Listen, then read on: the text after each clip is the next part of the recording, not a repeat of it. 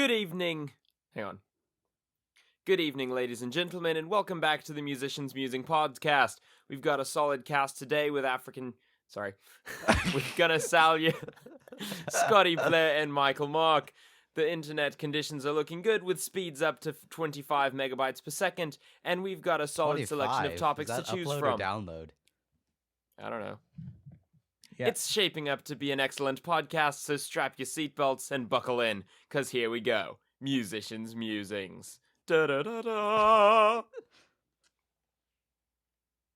Yeah, we don't know him. Y'all kind of do, though. So which one of these things are we talking about first? We don't know. So you've been busking at the farmer's market recently, right, Gunnar? Yeah, so I have been blessed to be currently living in a town that has a very active farmer's market, and we meet it's like under a pavilion. It's a basketball court at the local athletic association every Saturday morning from 8 to 11. If you're local to the area, Beaumont Farmer's Market on College Street, come out. It's a great time. Anyway, so I recently discovered them, and they had posted on like their Instagram. They were like, hey, if you're a band or a musician, come on out. Let us know you're coming. We'd love to have you. And I was like, oh, that's probably a good idea. So I went out one day just with my fiddle and played open, just, put my case down and played fiddle for a couple of hours and made some decent money. So I've started going back every week. And I've actually met some really cool people, both vendors at the market and customers. I've made some very good musical connections, one of whom I actually played with last night in a show. And it's been a great time.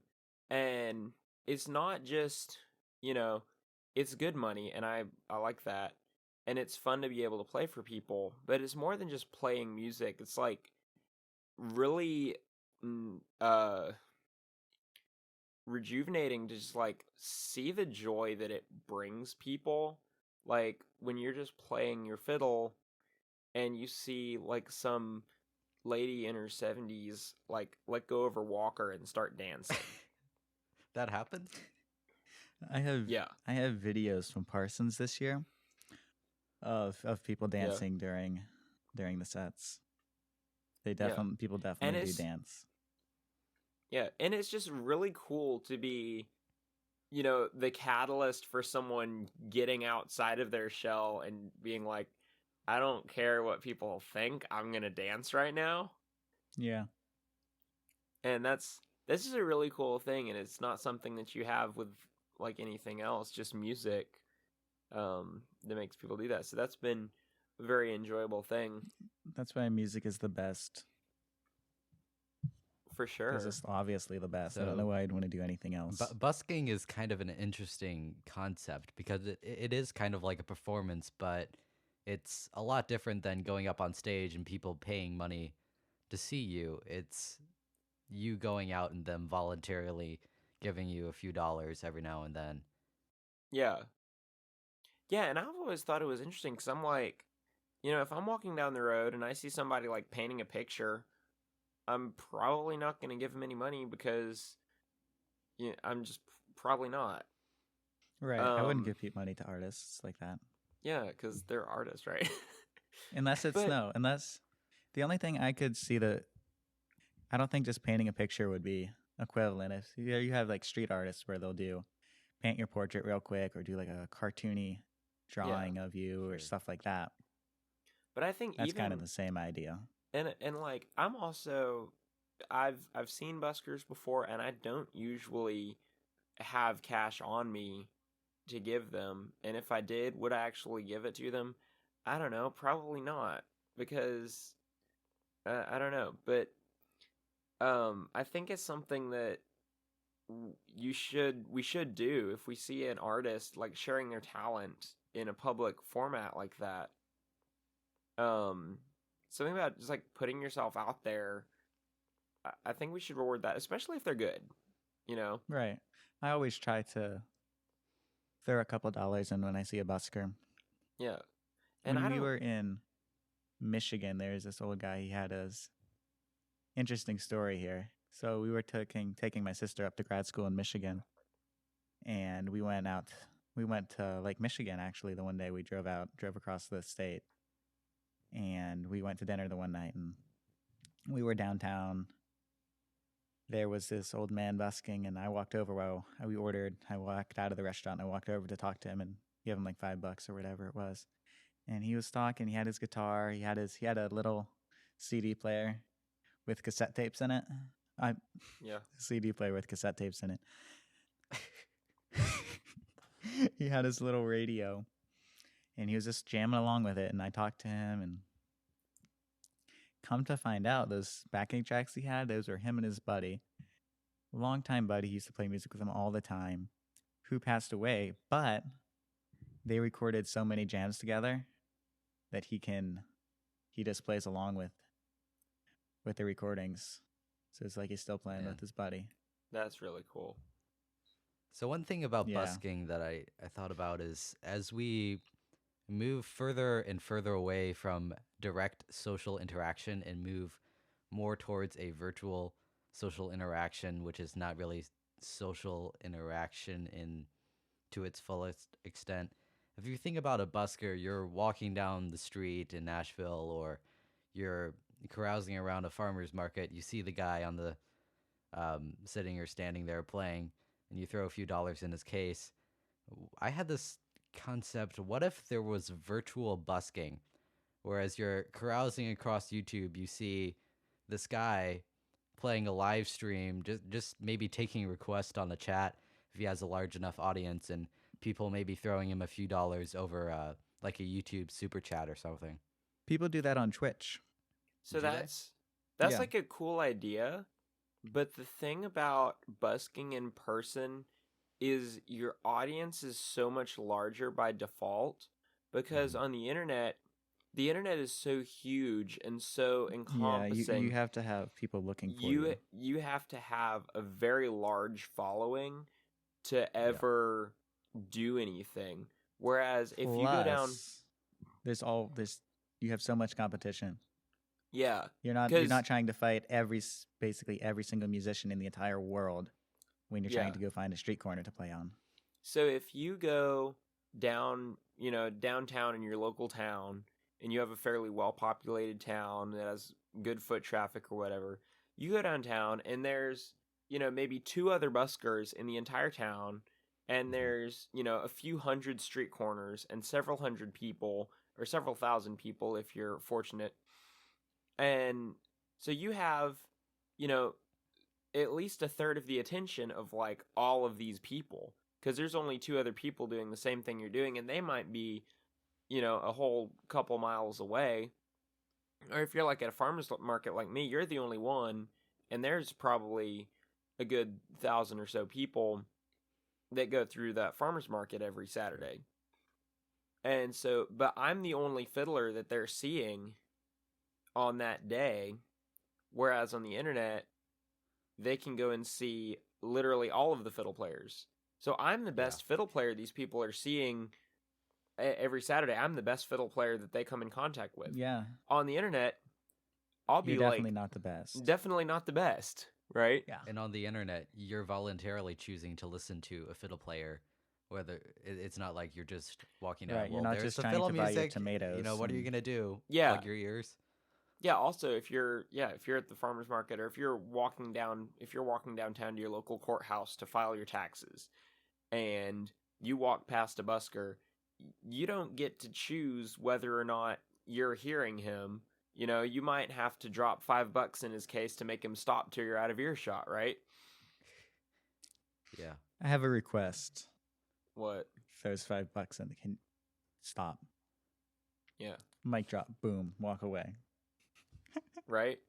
I've seen buskers on that have signs that say like, for $1 I'll play a request. For $5 I'll stop until you're out of earshot. I mean, you would get laughs at least.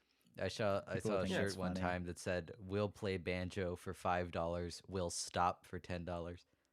Yeah, exactly. And that's kind of like humor, but it's also like a personal interaction. that you're having with these people.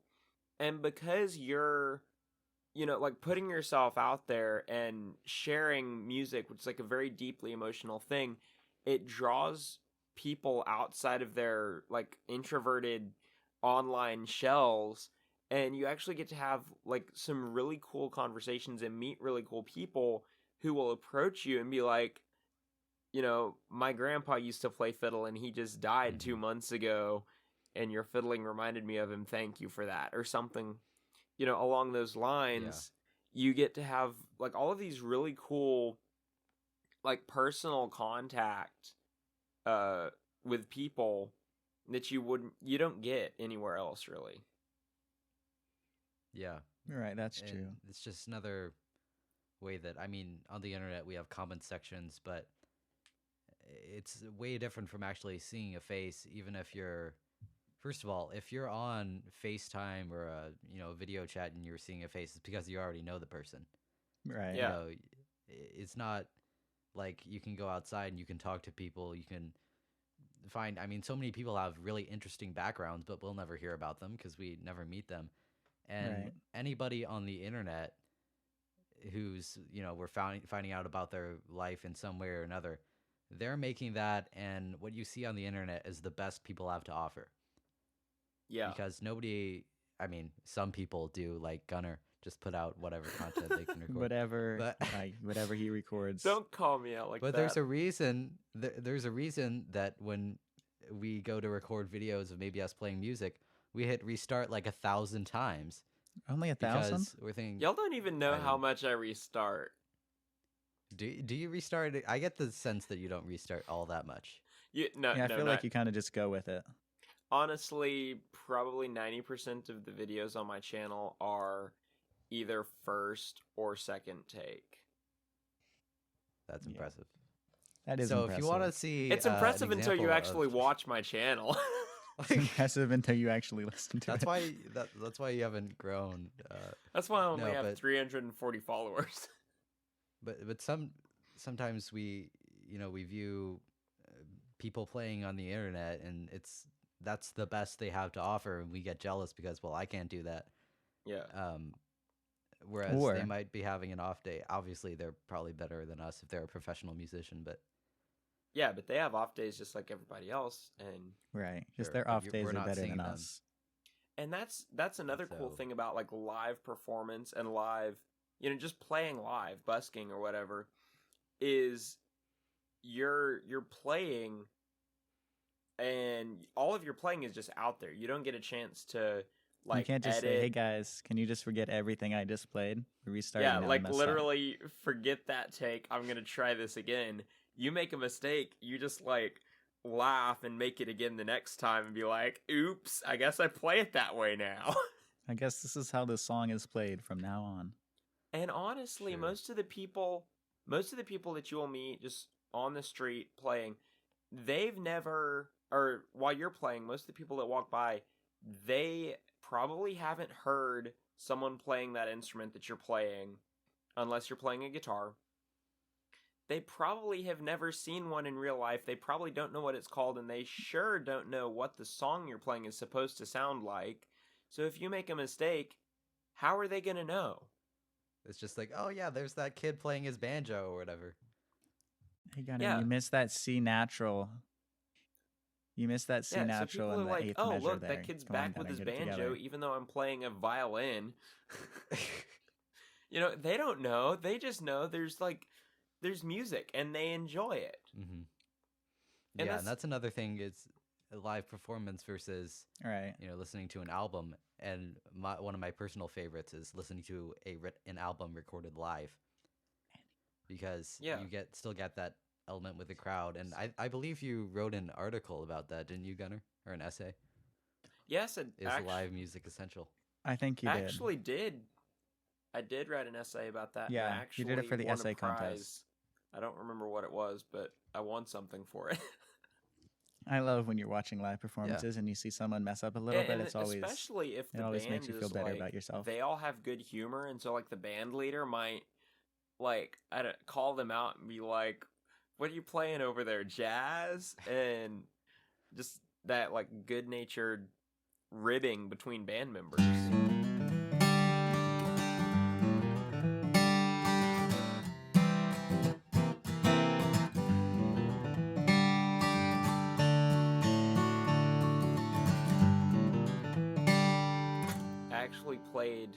I actually got to play part of a show with a band last night. Right. And so it's the only bluegrass band in Southeast Texas, and it's called the Sabine River Bend Bluegrass Band. Shout out to y'all. If you're on Facebook, you can look them up. They're really good. Anyway, somebody that I met at the farmer's market that I'm friends with on Facebook now because of the farmer's market, she tagged me in their thing and was like, hey, there's, this bluegrass band is out here playing. And I had met this band a couple times, once at a free gospel show fundraiser thing, and then once they were playing at another restaurant like 5 minutes from me. Anyway, she tagged me and was like, hey, this band is playing out about 15-20 minutes away from where I live. And I was like, oh, that's cool. I'll come to that, and I'll bring my fiddle, because the last time I had seen them, they had said, hey, next time you come see us, bring your fiddle and play with us a little bit. So I go down. So do they not have a fiddle player? They don't have a fiddle player. They have everything else, but they don't have a fiddle player. They don't. I'm looking at it. It's a 5-piece band with a dobro. I mean, I play everything, so they could be a 5-piece band in any configuration, and I could add something new to it. That's convenient for you. Yes, honestly. But anyway, so I go down, and they're playing at this little bitty, like, seafood restaurant, and I walk in with my fiddle, and I caught them, like, right at the end of their first set, which was what I was trying to do. They were playing a 2-hour show, or a 2-hour, session at this restaurant. And I walked in right at the end of their first set, which is the timing I was going for, because I wanted to be able to chat with them, and I wasn't able to make it before their set. So I show up, and they're like, hey, you might know some of these songs, you might not. Fill in where you can. If you want to take a solo, just nod at one of us, and we'll give you a solo. I was like, okay, cool. So they go up for their second set, and I go up with them and, just like watch the guitar player's hands for chord changes. Some of the songs I kind of knew, so most of them I really didn't. And they would just like call me up to the microphone for a solo whenever they wanted me to take one, and then I'd just be like trying to play a solo on whatever song that I probably hadn't heard before. But it was a really fun thing, because it was a very casual setting. They weren't too uptight about anything, and they're all really good too. So they very, very supportive band, very easy to play in front of and very easy to play behind. Not timing wise, but yeah, I'm on their website. Yeah. I'm gonna look for a video of them playing now. Yeah, great. It was really fun, and I just really enjoyed actually getting to play with people, and performance. It was awesome. It's a good learning experience. Yeah. Get more confident playing on stage, on all that, with new people. Playing with other people is vital. Yeah, and also growing your musicianship, I think. Yeah, and so a lot of the reason why I would say you get so much better playing with other people is because other people force you to learn new repertoire. Oh yeah, repertoire is so hard for me. That's my biggest problem, is I don't know enough tunes. So if you're sitting in your bedroom playing, you're not going to be introduced to new artists unless YouTube smiles upon you and decides to show you someone new.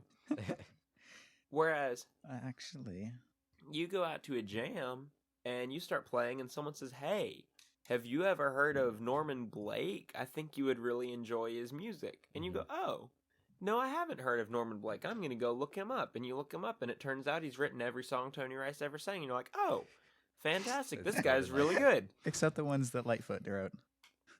Exactly. I think... Where's that? I got the update, the email from Banjo Hangouts. And there was a thing, one of their featured topics was just talking about that jam, how lots of jams have a very niche repertoire. So it's sometimes really discouraging to go to a jam and not know anything that anyone is playing. Yeah. Love, hate, the jam feedback. So we That's could one link that thing, in the like, show notes. You have some jams, like the regular monthly jams. That's the kind of place where you're going to have a lot of like niche repertoire. They'll have more. It's almost more like a band rehearsal where they play the same thing over and over. And every once in a while, someone will bring a new song and be like, hey, can we learn this? Whereas if you're at a festival jamming and probably nobody in the jam really knows each other, maybe there's like 2 or 3 people that know each other and then a bunch of like randoms that showed up. That's when you're gonna. Who knows what you're gonna get? Yeah, somebody's gonna show up and call Wagon Wheel, and you kick them out of the jam, and then somebody else is gonna call, somebody else is gonna call like Little Rock Getaway, and you're like, I don't really know that, but what is that song? Let's hang on for dear. When I was at Parsons, I was playing in Mitch Meter's trailer thingy where he has a shop, and this guy was coming. I was playing this nice Blue Ridge, and none of the tunes he said I knew or I've ever heard of.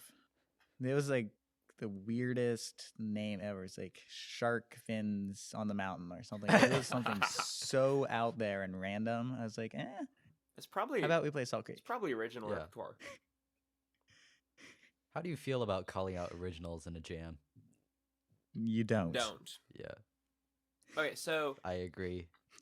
Unless you're in a jam with Gunnar and he calls out an original you're playing with Gunnar that you were supposed to play a banjo solo on. When did I do that? I don't know. You're like, let's play Vinesturgeon. I forgot my solo. You know that song, though. Oh, right, yeah, we did. I know the song, and I put it in the podcast. That's the upcoming intro. Yeah, it's gonna be in the podcast, not the full song, just the little mandolin interlude.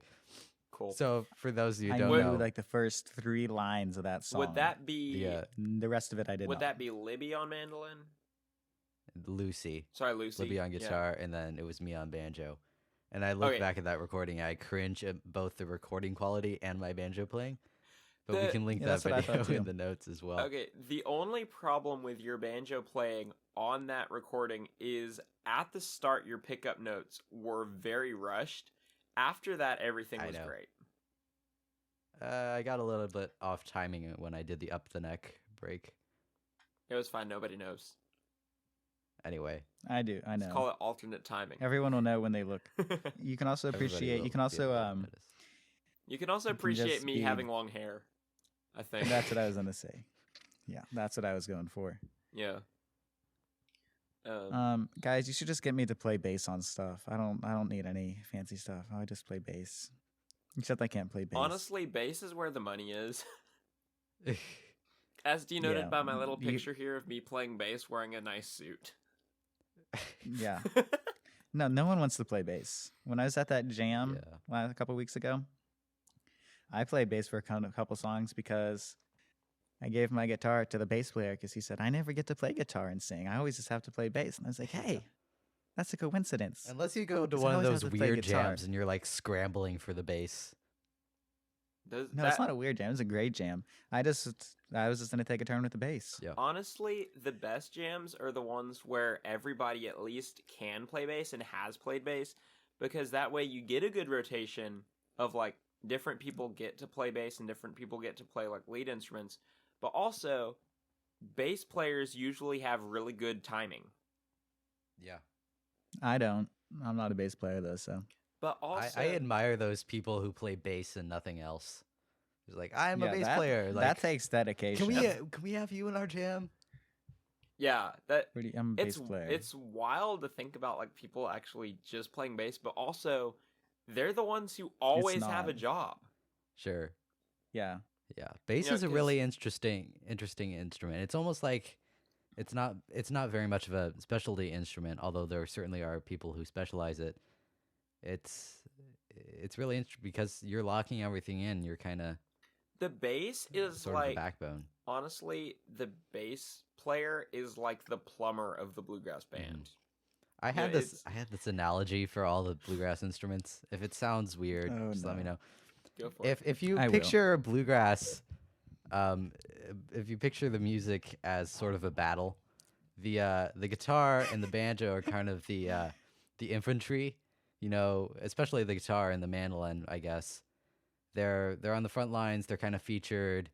Usually they're the ones who sing. Then you have the banjo, who's kind of like the artillery, who's just like providing a constant barrage of notes. And then the fiddle is the sniper, right? It's not always Ooh, playing. That's a good analogy. It kind of lays But back. when it does, it's good. And it's precise. The sound carries even it should be even precise. physically like a sniper. The dobro is kind of like the specialty. Like it's not used in every song or every band, but sometimes I like it's dobros. just It's like the awesome when you bring it in. It's like the Navy SEALs. You just send them in for like special operations. Yeah, the dobro is the special ops, and the bass is like the tank or maybe the cannon or something. It's just like bum. We already bum, had bum, artillery. and it's just, I mean, it's kind of. Yeah. If you think of the banjo, let's make the banjo the machine gun, right? Yeah. So you're just constantly banjo's playing. like big like Gatling guns. There's like da, da, da, da, da, da, Yeah. da, da. And then your bass is Right, like. and then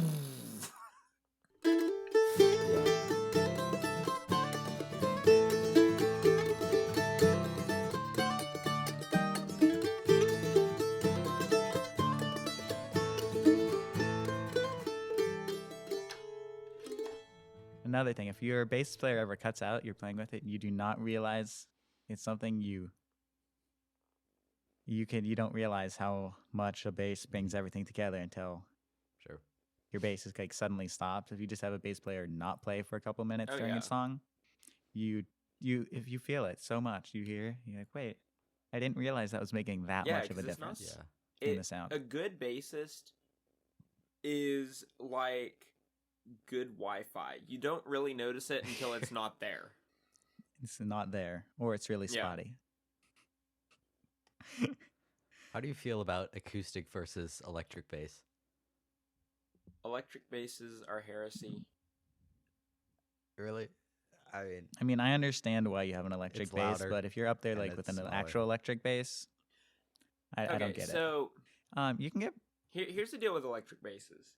If you're playing modern worship music or rock music, electric bass is fine.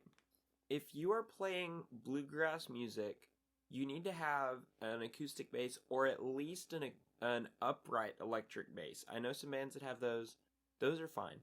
The Doyle Lawson uses one Yeah. problem on there when they and play the live. main complaint I hear against electric basses from like actual bluegrassers is electric bass players tend to use the sustain of an electric bass a lot more rather than going, the typical 1/5 continually moving. They'll just like hit a note and just like hover there more as a pad than an actual rhythm, and that's where Sure. most bluegrassers dislike it. But if you have a really good bass player, I don't care if they're playing acoustic or electric. The only difference is the image. Yeah. And also, acoustic basses look a lot better, but I understand electric basses are ridiculously more easy to transport. Yeah. Let's take it to the next level though. Forget a bass guitar or an upright bass. How about we go with the Ubass? Those always look kind of silly to me for some reason. It's not that they have. No, you can get a pretty good sound yeah, out I'm of sure them. they have good sound. They just look a little bit childish. They sound uprightish, especially if you have like those big if you rubber have the fretless with those one, big rubbery if strings. you have the fretless one and you know how to EQ it properly, it sounds just like an upright. But Yeah, they sound it good. doesn't. Again, it's like the image thing. If you're in the studio, it's great. If you're performing live, it looks a little bit weird. No offense, Cadence Williamson. But still, yeah, lots of people do it because it's Yeah. easy. It's so much more yeah, like convenient. no offense. Or the to, acoustic bass guitar as well. You have that option. but I would say, of the options, I'd go with the Ubass over an acoustic I would bass go with guitar. the Ubass over acoustic bass guitar, and I would go with the Ubass over an electric bass guitar as well. Yeah, I would go. It's either upright bass or I'd go with Ubass just because of the sound. And I'd say the hierarchy Everything. would be upright bass, electric upright bass, then Ubass, and then acoustic or electric bass guitar doesn't really make much difference. I kind of feel like it's, well, I think I kind of commonly I might see upright bass and then electric upright bass, electric bass guitar, acoustic bass guitar, and then Ubass like at the bottom as far as commonality. Is that a word? Commonality? Yeah. I wasn't talking about frequency of use. Yeah, I wasn't talking about like frequency of use. I was talking about like quality, in my opinion. Right. What we would use. Yeah. If I have options, if these are my options, this is the order I'm going to choose them in. Yeah. Or just bring a keyboard to your set and have the bass player play the bass lines. No on way. The synth. No. Heresy. That ain't no part of nothing.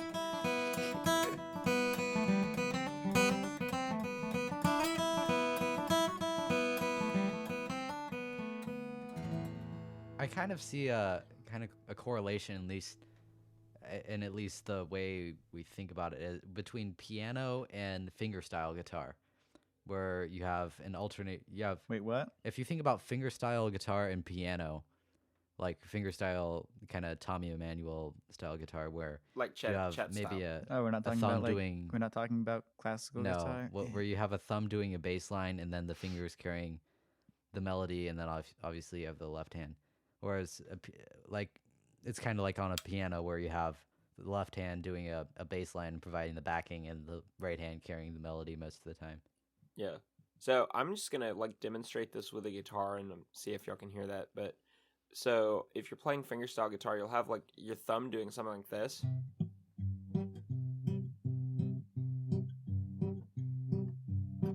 And then you'll have your fingers playing the melody like.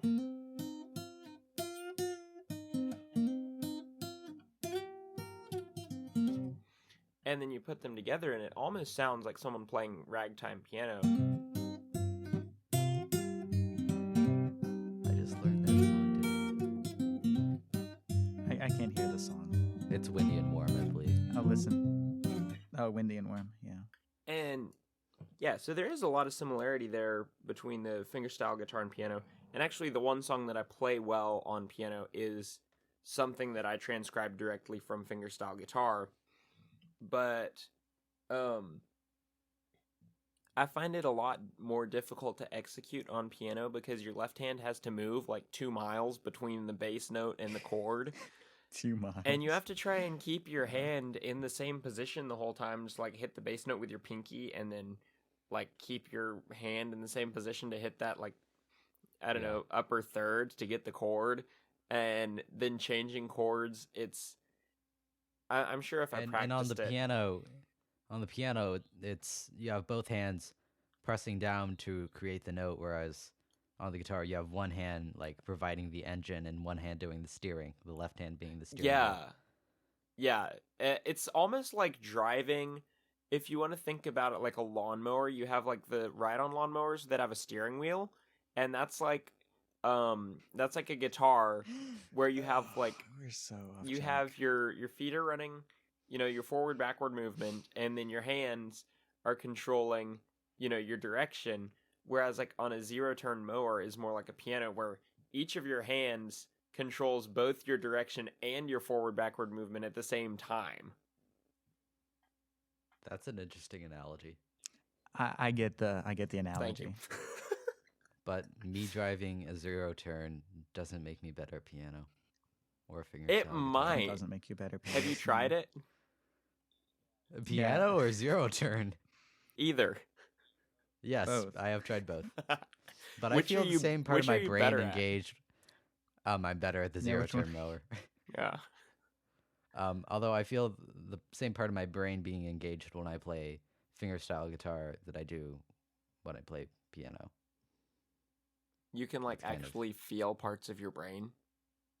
You can't? Yeah, I don't get what you're talking about. It's other than just rhythmically. No, it can it's be like slightly more similar because it's so hard to explain, but you can. I kind of feel understand. The same. I understand what you're. I don't know. It's how I correlate tasks together, kind of. Where this reminds me of that. So yes, I I get what you're do. saying. I guess I kind of understand that. It's Yeah. sort of a like little bit. We're just gonna say it so you feel better about yourself.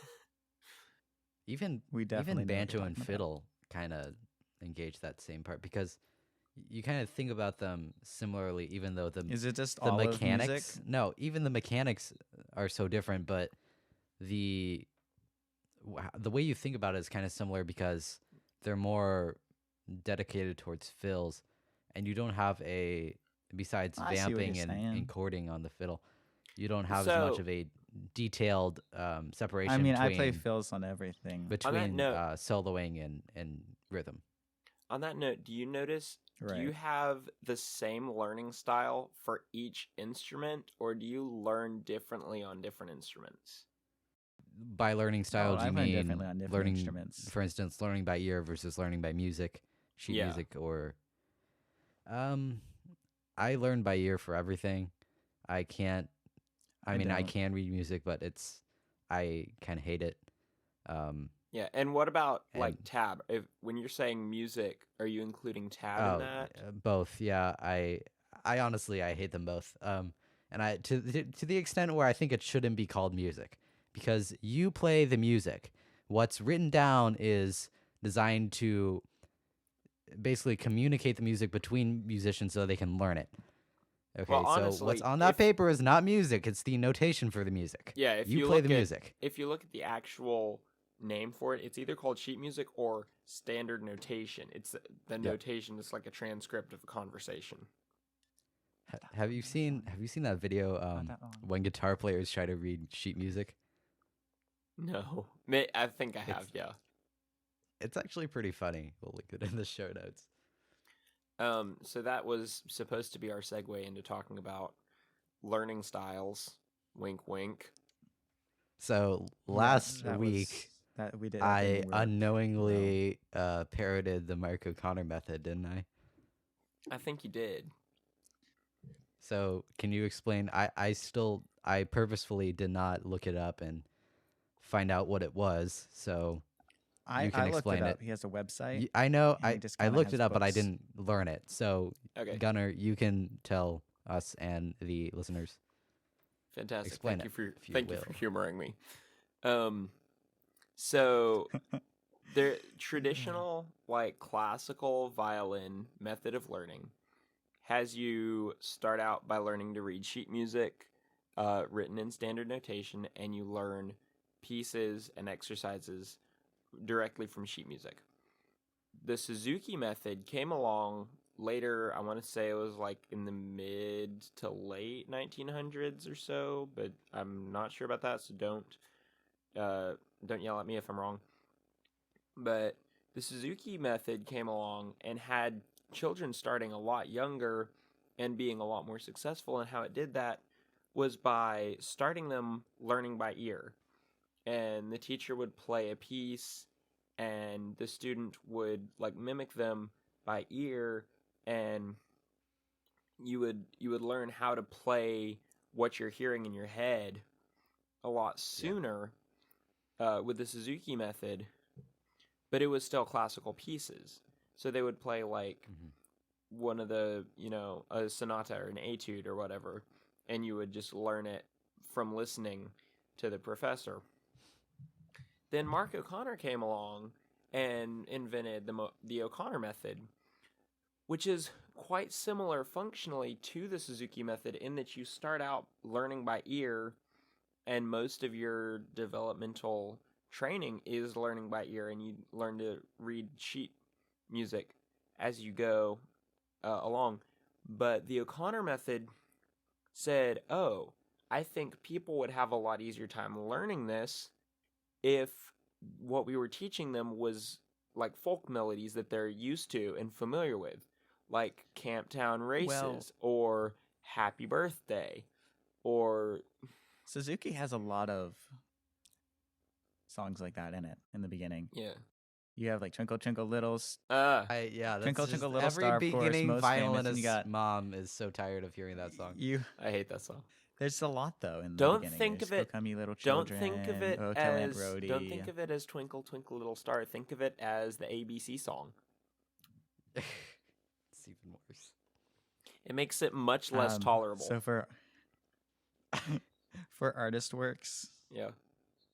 last year I made up a killer arrangement of Twinkle Twinkle Little Star on banjo. If anybody wants the sheet music, I wrote it out. No, I just want a video Wait, of you playing it.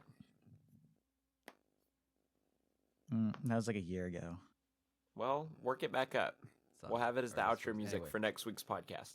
I mean, it's a cool arrangement, but I don't know if I'd be able to play it. Yeah. I'm trying to remember what I even played. Well, real quick, when what made you mention the O'Connor method last week is that I talked about this concept of being more familiar with the instrument and how that kind of, the more used you are to just like operating on the instrument kind of makes you more, in a sense, better versus, just learning pieces and not actually thinking about what it's doing on the instrument. Yeah. It's like if you learn to sing a song in a foreign language by imitation rather than by actually learning the language. You'll be able to sing in that language better if you go ahead and learn the full language rather than just like phonetically learning the sounds like me with Katusha. It's like being able to play 1,000 different songs but only one variation versus being able to play one song with 1,000 different variations. Sure. Being able to improvise over, I think improvisation is not just a skill, but it's a mindset. And it's also right. something that comes from playing a lot with others. Sure.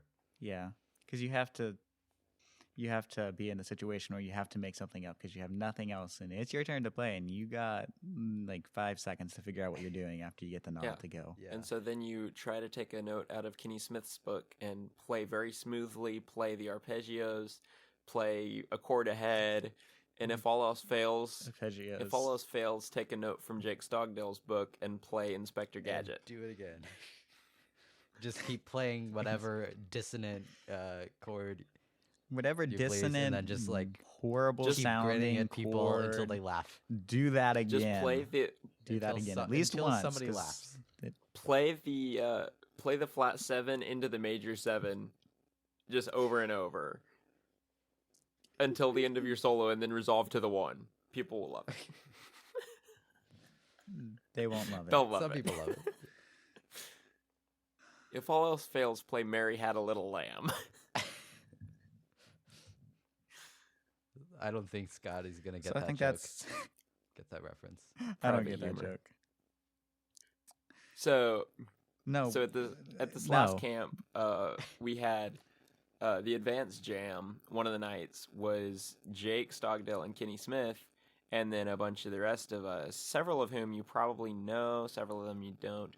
But anyway, we're playing, and we played long past the time when we were supposed to stop, but because of the setup of the camp, Ben didn't really mind that much.